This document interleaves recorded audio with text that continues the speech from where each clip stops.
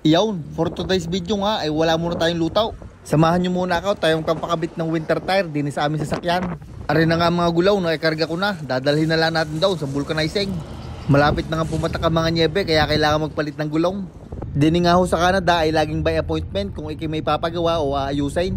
Napakadala nga din ng pwedeng walk-in. Hindi tulad sa atin diyan sa Pinas, madamay. Maghanap ka lang ng vulcanizing ay pwedeng kahit anong oras, kahit pa madaling araw. At yan na nga ho, sinasabay sa balita ay bagay traffic na. Ay kung kailan naman ako late na sa appointment ay saka pa magta-traffic ay kainaman na. May construction pala kaya traffic. Kala ko may prosesyon. At dumating na nga tayo din sa pagawaan sa dealership ng Honda. Late lang ng bahagya. Itinutok ko lang sa sakandiyan at bumukas na ang pintaw. Basta wag lang masyadong malulaw at baka masabay. Pinarada ko lang diyan sa harapan at ako'y bumaba na.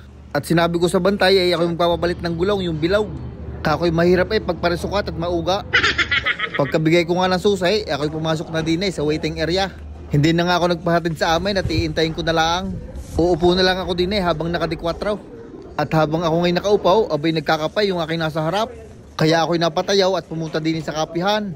Abay pwede kang ikaw laang, ay siyempre ako din. Pagkalagay ko nga ng basaw ay medyo nagtagal ako at hindi ko alam ang pipindutin Hinahanap ko kung may kapoy barakaw ay wala, kaya latte na lang. Libre nga lang rin kape din kaya kasarap.